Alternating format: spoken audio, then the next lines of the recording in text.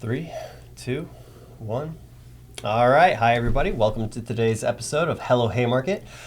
For today's episode, we're going to be talking about house hacking, which is an investor strategy, but it's also very appropriate for people who are just trying to eliminate their own household expenses, right? See if they can live for free. So definitely a super cool topic. And I have today with me an expert on house hacking, someone who's actually been helping a lot of people in Northern Virginia with this strategy, Mike. So Mike, you want to take a second to introduce yourself to folks? Yeah, my name is Mike Weber. I'm an agent in Northern Virginia. I work with a lot of investors. I come from an investment background. I purchased rentals before I ever became an agent, and that was really what was appealing to me about real estate, was the investing aspect. So yeah, I help a lot of people house hack. It's probably the best way to start, in my opinion. Yeah, especially when you live in Northern Virginia, where housing expenses are just ridiculous compared to most places in the country. Absolutely. So Mike, let's start with the beginning of explaining the vocabulary. Like, what is house hacking? Yeah, so when I say house hacking, I'm talking about renting out an area of your house.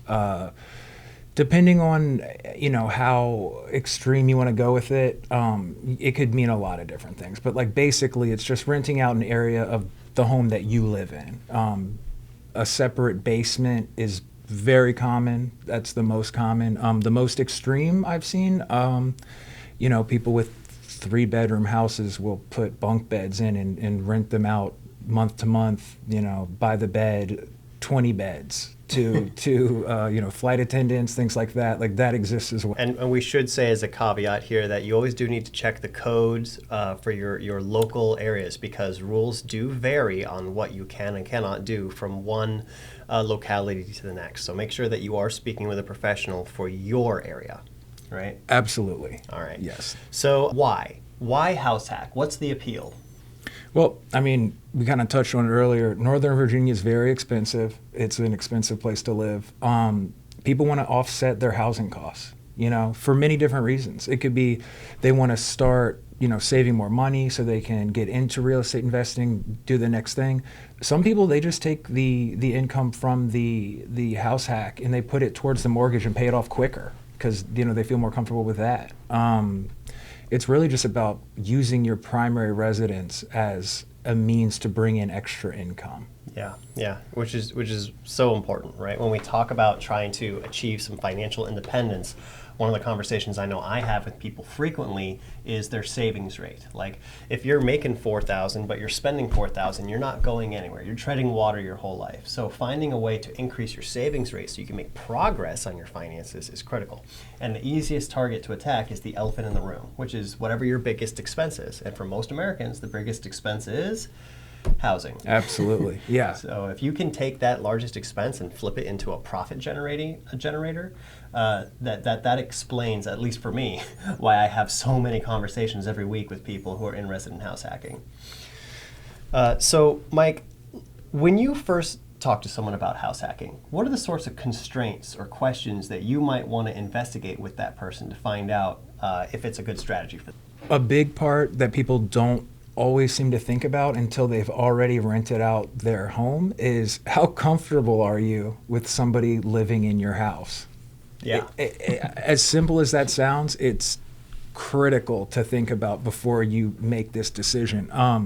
And how comfortable are you? A lot of people will rent out by the room. They live in the master or another room and they rent out their rooms, but now they're sharing their kitchen. Some people aren't okay with that. Others like a completely separate, a door that locks on both sides that goes down to the basement, separate entrance. They don't see the tenant, and they might have a kitchenette down there, a washer dryer down there, everything they need, complete separation. So, how comfortable are you with interaction with that tenant? Yeah. Do you have kids? Do you have a big family? Or are you just like a single person that, you can live that lifestyle where you're on top? So I'm hearing if you're super comfortable with it, if it works for your lifestyle, you could rent by the room and have a lot of interaction with your tenants. I'm hearing there's another step over from that where maybe they're renting out their own suite, such as like a basement where you can have very limited interaction. They're kind of on the same premises, on the same lot. Yeah, absolutely. But, there's a locked door between you and them and you never have to interact for the most part. Is there a step beyond that? Yeah, absolutely. They're, in Northern Virginia, they're hard to find. But if you could get a duplex, a triplex, and it's not like they don't exist. In Winchester, there's very expensive ones in Arlington that can be found, and you can have a multi-unit home, 4 units or less. You can still buy it as a residential property and rent out those other units. And then, they're truly separate. Yeah. So go into that a little bit deeper for our listeners who have never heard of a multifamily home before. Yeah, multifamily homes, duplex, triplex, fourplex are typically what people are talking about. Anything more than 4 units, you're talking about getting a commercial loan. It's a different product, but it's basically 2 homes attached. They have separate addresses. Unit A, Unit B, or Unit ABC if it's a triplex, and you have your own house. Think almost like a townhome, but you own the whole row of 4. Yeah, it would be like a that fourplex. Would be really cool. It would be amazing if we had more of them in our area. I would love it. Exactly. Yeah. So keeping it local to us then for a second, you mentioned that it's hard to find in most Northern Virginia, but there are some if you're willing to go to certain locations. Yeah. Which I think brings up the second major constraint, which is commute. Where are you willing to look? Right. So talk for us a little bit about the kinds of questions you might ask someone with that. Yeah, I always try to make sure that people are okay with where they're living, because it's not your typical investment property. I work with a lot of investors that they're buying it strictly about the numbers. They don't care as much where it is. Hopefully an area that appreciates, but here you're talking about you want to live there too. So I always tell people, start with where are you comfortable living, the type of home you're comfortable living in. Treat it like a regular, you're going to buy your primary, and then we'll look at the numbers afterwards. Does this work? Is this, are the numbers where you want them to be in this specific property? Yeah. Because one of the things I notice about a lot of the people who come to me interested in house hacking is they have these ideas in their head, but they need someone to help them navigate and make it concrete for them, right? So asking the commute question is important, because some people, they have the capacity to work from home. So for them, it's no big deal to relocate from, say, Fairfax to somewhere that actually has a multifamily residence like Winchester, right? That would not be a problem for them. But then there's another clarifying question you can ask, such as, well, is it important that you stay in the same school system, right? Do you already have an established family, kids who, pulling them out of the school might be a difficult thing for you? In which case, then you might lean more into, well, let's find a house that's got space that we can make a separate rentable unit, like a basement, right? Yeah, and that's primarily what I'm doing, with my clients, because they're mostly interested in the Northern Virginia area. Winchester's a bit far for them. So, if you're going to be in Loudoun, Fairfax, or Prince William County, the likelihood of you finding a duplex or a triplex or one of those multifamily type assets, it's tough. So what people usually do is kind of convert their home into a duplex in a sense, you know, by keeping, the bottom unit, turning it into an individual apartment-like unit. Right, or it has its own bathroom, it's got its own access to kitchen, things like that, Moving on to the next major attraction to why house hacking can be such an attractive form for a first-time investor is the lending side of things, right? In your experience, what's and granted, we're not lenders, so always check with the lender, and we have some good recommendations for you if you're interested. Drop us a comment, we'll point you in the right direction. But what is the benefit of house hacking as it relates to lending? You can get a residential loan. I mean, that's it. I've had 3 in the last couple of months, and they're coming to the closing table with very little cash. Getting credits most of the time recently because the market's shifted a bit. And with my first rental that I bought, I had to put 20% down because that's how much, that's investments. That's how it goes. If you're not living in the home, they're going to want more money down, more money to close. And the interest rate's higher as well. It's about 1% higher. So, being able to use a residential loan and put 3.5% down, 5% down, whatever I have a guy right now. He's getting a VA loan, 0% down, and they're going to house hack. You know, yeah. And that is a huge part of the attraction, right? Huge. I mean, if you're doing this because you're stuck at that $4,000 in, $4,000 out life, paycheck to paycheck, and you're not making progress, then coming up with 20, 30, 50 grand out of the pocket is hard to do.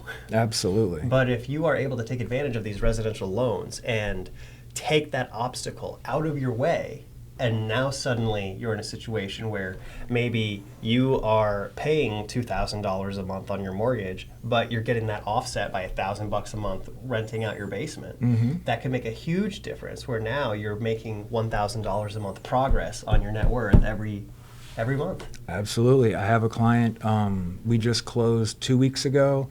His mortgage is $3,100. He's already rented it out $1,950 a month. It's almost a $500,000 house that he's paying a little over $1,000 a month for. Yeah, it's one of the low-hanging fruit opportunities to get you started, right? Because you need to get started, and getting started is always the hardest, right? Whenever I talk to the people in my life who I look up to as like my rich mentors, they always say the first 100,000 is the hardest.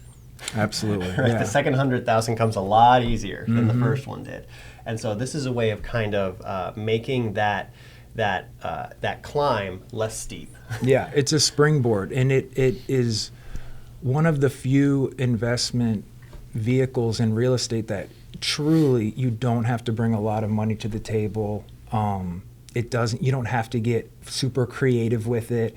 It's simple. It's like, it's just buying a house, like, a primary residence, and then you just rent out a portion of it. Yeah, that's another thing too. When I have conversations with people who are would-be investors, they have shiny object syndrome. I'm going to fix and flip. I'm going to burr. I'm going to do all these different things. And it's like, well, you haven't even bought a house yet. Right. You haven't even gotten and that's another thing. People who want to get an investment property, a lot of the times they won't give you the investment loan unless you've at least held any mortgage sometime in your life. The standards to get an investment loan they're higher. I mean, it's as simple as that. It's way easier to get a loan for a home that's going to be your primary residence, because it seems like a safer bet for the bank, because people don't want to get kicked out.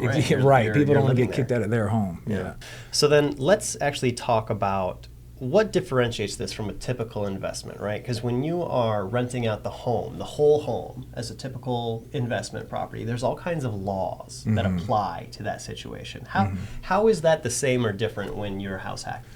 Well, largely speaking, they don't apply to you when you're house hacking, in terms of like landlord laws. Obviously, you have to keep it, everything in working condition. You can't become a slumlord, things like that. But in terms of being able to select your tenants, you have complete freedom because you're living in the house. If you're a young lady and you don't want to rent out a room to me, you don't have to. Whereas, if I apply for your rental, you can't say, no, I don't want you in my house. How come? Well, I think you're creepy or something. You know what I mean? Like, that doesn't work. There's laws that prevent that kind of discrimination. Right, yeah. And so, again, not lawyers here, but we are in this industry and we see what happens day to day. We understand what rules we need to follow. And one of the rules is fair housing laws. You can't discriminate based upon gender or anything like that. Or having kids, right? Pets. You know what I mean? In certain cases, if they're an emotional support animal, things like that. Like in certain cases, even that. But when it's your home, you can. Like you can say, I don't want. Look, I have a 2-year-old. Look at my basement; it's destroyed. You know what I mean? So it's if you don't want a toddler in your house, you can just say no. Right. And I've been asked that before, so it's important to bring up. Like, you have complete control over who you rent out your basement to. And the reason why we bring this up is because if you are on the side of the spectrum of this, where you're considering renting out room by room in your primary home here. One of the major objections that I've heard people say is, well, I'm not comfortable that, I can't turn people away. As soon as I offer it for rent, what if someone comes in who I don't feel comfortable with, right? And then I have to accept them because of these rules. Yes. And it's like, well, that's why these rules are different in this case. When it's your home and your space, you get the last word on who's allowed to rent the room next door to you. Yeah, absolutely. And one of our coworkers, like Matt, Mm-hmm. he said that he does an interview every time, and I love that. And I pass that on to people. I say, because people say, oh, what if they're qualified applicants and they're not, I meet them and I don't like them, or then you say no. It doesn't matter just because they're qualified. You can turn people away for any reason. So if you're not comfortable with somebody, if you get a bad vibe about them, just anything. So I get that a lot too. Like, what if they're qualified, but I don't feel comfortable with them living in my house?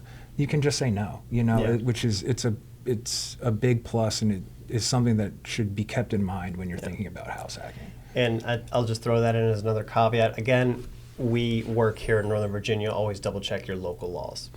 Yeah. Okay. Even HOAs, like everything, like local ordinances, state laws, everything. Definitely check. Yeah. And if you don't want to do the checking yourself, get a professional to do it for you. It's probably better to do it that way anyhow, because you reading all the legalese, unless you're a lawyer, probably not the best course. Absolutely.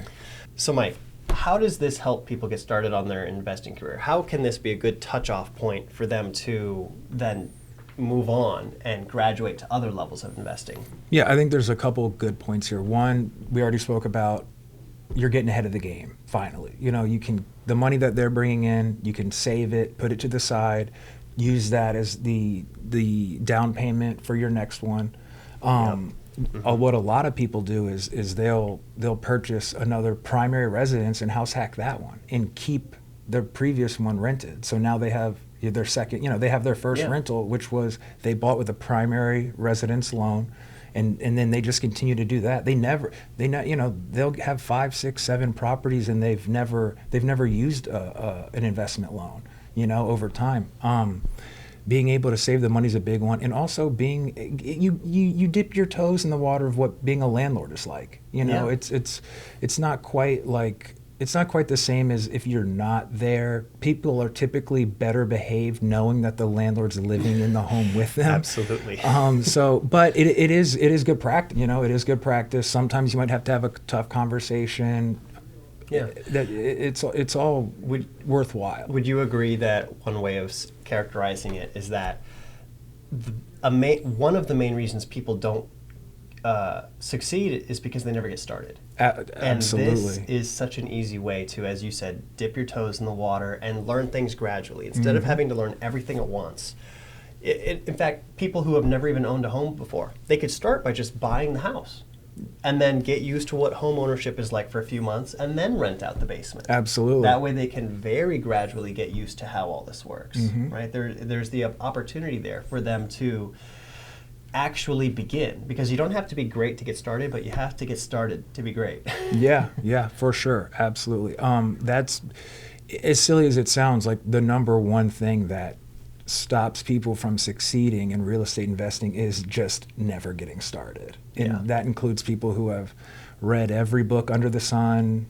They've gone to boot camps. Absolutely. I see it all the time, and they've never bought anything, and it's like, if whatever's holding you back that you don't feel comfortable with, maybe just start with renting out an area of your house. It's such an easy way to get started. Yeah, absolutely. All right. Well, Mike, how can people get in touch with you? You can contact me on Facebook, Instagram, Mike Weber. I work mostly Fairfax, Loudoun, Prince William, Arlington, Alexandria areas. And I'm into anything, real estate, investing, buy, sell. I'm all about it. Yeah, all about it. Yeah, he's a great guy. He's more than happy to talk to people.